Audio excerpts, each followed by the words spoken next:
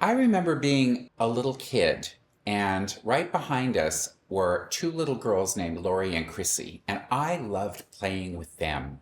I didn't get to do it often, but they had different toys than I did. Well, later on, when I went to kindergarten, one corner had a little kitchenette, dolls on a shelf, and so forth.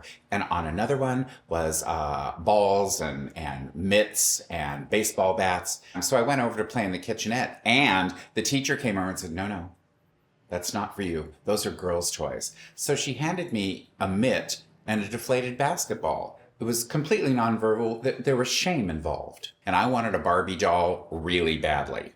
And on the down low, my father bought me one with the understanding that I only play with it in my room.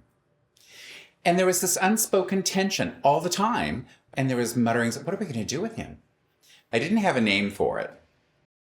But by the time I got into first grade, there was a word for it, and it was a sissy. I got used to being knocked down and shoved and called names over and over. My mother would go, "What do you mean you lost your library book?" Well, the real truth is it was thrown out the school bus window. So that's where my allowance went. I couldn't be that far away from some adult supervisors. I didn't really have a lot of trust in them because they didn't have a vocabulary or an understanding of just how impactful bullying is. What I got was, well, boys will be boys. They must like you. It got bad. It got very bad. My father after work would pick me up and take me home. I could handle one bus ride a day, but two was too much. And then a family moved in from New York. And this boy, David, was funny. And he talked to me, and we became best friends. And he was good at math, and I wasn't. And if it wasn't for him, I would have never gotten through junior high. We became big, close, good friends. We are still dear friends today, almost 50 years later. So my friend David and I went to St. Stephen's Episcopal Church, and they had a youth group on Sunday nights. And Father Al led it, and he was a very nice priest. He had a great sense of humor. He didn't seem as old as the other priest at church. He seemed very in touch. I came home from school one day. My mother is sitting in the living room, and she's crying. She said, "Father Al has died. And he and I have talked, and he thinks you're like he is." Father Al killed himself because he was gay. He couldn't be buried out of the church because of the sin of committing suicide. So they had a memorial service in my aunt's living room. And you know, my friend David, I don't know that we talked about it. We didn't talk about Father Al's death, and we were besties for 40 years. I finally said to him, "David, why didn't we even talk about this?" He goes, "We absolutely couldn't." But thank goodness for an amazing teacher who, in my freshman year of high school, said, "Would you like to come to the drama club? We have a drama class." And my sweet grandmother once said to me, "Well, if people are chasing you, get in front and make it look like a parade." And so that's how I became an entertainer. I also found the protection of comedy. If I can make you laugh, maybe you won't hit me. So I made being super sissy my major. I graduated class of 76, and I decided I wanted to be a cheerleader in my junior year, and they told me, "Oh, boys don't do that." I said, "Well, I do. I do. I'm going to do it." And I got a little belligerent about, "Well, you know, they're not going to let you in. Well, then I'll just keep knocking on the door until they do." And I did. And finally, my senior year, class of 76, I became the one and only male cheerleader at Niwot High School in this little rural area. And from there, I found a professional theater school in Pasadena, California. When I was going to school in Pasadena, I was introduced to something marvelous. I remember the first slug of alcohol I took, and my shoulders dropped out of my ears. I went, "Oh, this is fabulous. Oh my God." And I remember the gallon of Spinata wine was $2.49 a gallon. Well, it was cheaper than a movie. And you could do it at home. So I invited this guy next door, and we were drinking, and it got a little handsy. And he was the first guy I ever had sex with because he was drunk. And so was I. Wildly unsatisfying. It was not at all like the movies. And the next day, I was on my way to class, and he stopped me and he goes, "Don't ever tell anybody we did that. Don't ever. Never happened." So I wasn't really out. I'd had an experience. I remember the first time I walked into the Odyssey nightclub. It was heaven. Disco with spinning lights and bars and boys and everybody basically in their underwear slobbering all over each other. Oh my God, it was phenomenal. So I came out to myself going, I'll have all of this. This looks like so much more fun. It wasn't until 1982 I started waking up in places I didn't remember, usually covered in vomit. I became a barfer, usually mid-sentence. And do you know, boys don't call back when you throw up in their lap? Until a friend of mine said, you have a drinking problem. So I accompanied them to a meeting. And I have not had a cocktail since June 20th of 1982, which currently at the time of this filming is over 40 years. What I find amazing about that is it is not uncommon in the LGBTQIA community to have drug and alcohol issues. And I think it's because alcoholics are born with broken hearts.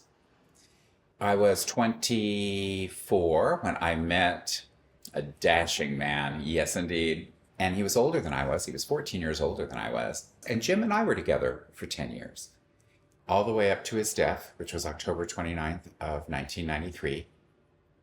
I held him as he died. I was then the first widower in my family. I figured I'd been positive for a while, but now I was very sick.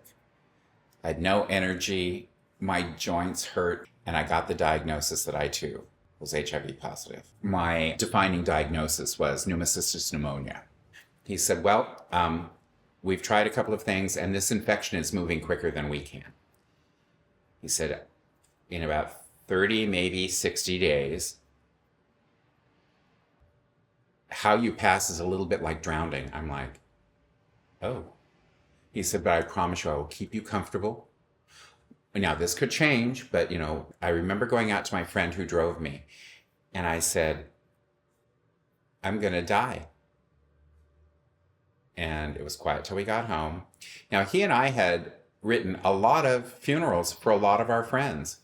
So he got out a yellow legal pad, and we started to write my memorial service. Another friend of mine, Beverly, stopped by.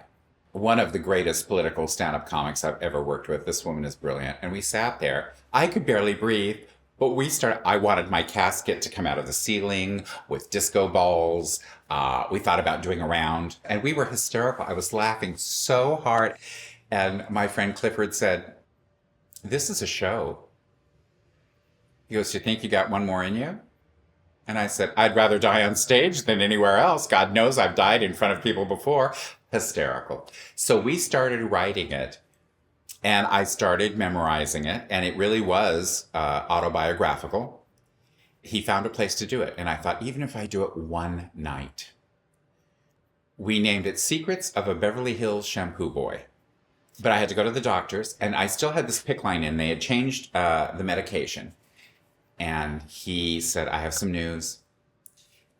This is pretty intense, and you're having a hard time speaking now because my air was restricted. And he said, so let's walk across the street to Cedars-Sinai Hospital, because I think, and I said, oh, I can't. And he said, you can't? I said, oh no, I have a show tonight. Will 12 hours make any difference? Really? I really want to do this, really. I did the show to a standing ovation. That show ran for almost a year. And somehow, miracle again, I began to get better. So with the success of that show began to have its own legs. Well, as things happen, a friend of mine's roommate was the crew scheduler for an airline called Frontier Airlines. And while we're having dinner, she goes, did you ever want to be a flight attendant? I thought, my whole life. Now, here's what I know. I thought, there is no way that I am going to get this job, especially when they find out my health situation. There is no way. So I went in and met this amazing woman, and we had a great interview. And she said, you know what? I only had one spot to fill, and you filled it. Now, we'll begin Monday. Here's this paperwork. Now, if you go across the street, we have to have the medical exam for you. And we'll see you on Monday morning. And I would get here early. So I walked out and first of all, I felt so great. I thought, isn't this, I mean, this is never going to work, but it'll be great fun. This is 1997. And he goes, okay, can you pick up that 50-pound weight? So I did. And he timed me. I think I held it over my head for 25 seconds. I put it down. He goes, can you give me 10 push-ups? So I did 10 push-ups. He goes, there you go. Welcome to Frontier Airlines. He said, I'll just put this in remission. And I've lived with that diagnosis of in remission ever since. And I was an in-flight supervisor for Frontier Airlines for 4 years. The attack on New York of 9/11 changed everything. So I joined this amazing production company for 9 years as we went through those amazing films, from Fellowship of the Ring to The Two Towers to Return of the King, and all of the Academy Awards that they won in 2004. I'm very proud of my service as an assistant to that executive producer. I used to have a man call me fairly often who would speak Elvish to me. I'd go, hello, Mr. Fleming. And he would speak. He goes, I'm one of 3 people that read and write Elvish. I said, yes, Mr. Fleming, can you hold, please? It was an amazing adventure. And that came up to right around 2008 when the writer's strike hit. So I had a couple of little jobs. I did a couple of waiter jobs. There's an old joke in Hollywood. Oh, you're an actor? What restaurant? Where I stand today is I'm an actor, singer, dancer, flight attendant, stand-up comic, tarot reader who writes and teaches. Every day is a new adventure. It is now different to be undetectable, and I'm sort of decomposing at a natural rate, as a normal mid-60s gentleman should. It's not the pressure of time, I'm aware of time. But I've got enough time to get done what I've always wanted to do. I've faced AIDS, alcoholism, and 2 emergency landings as a flight attendant. I've got dying down. So what's the opposite of that? It's how do we live, and how do we live well? By the quality of the questions you ask yourself. How can this be better?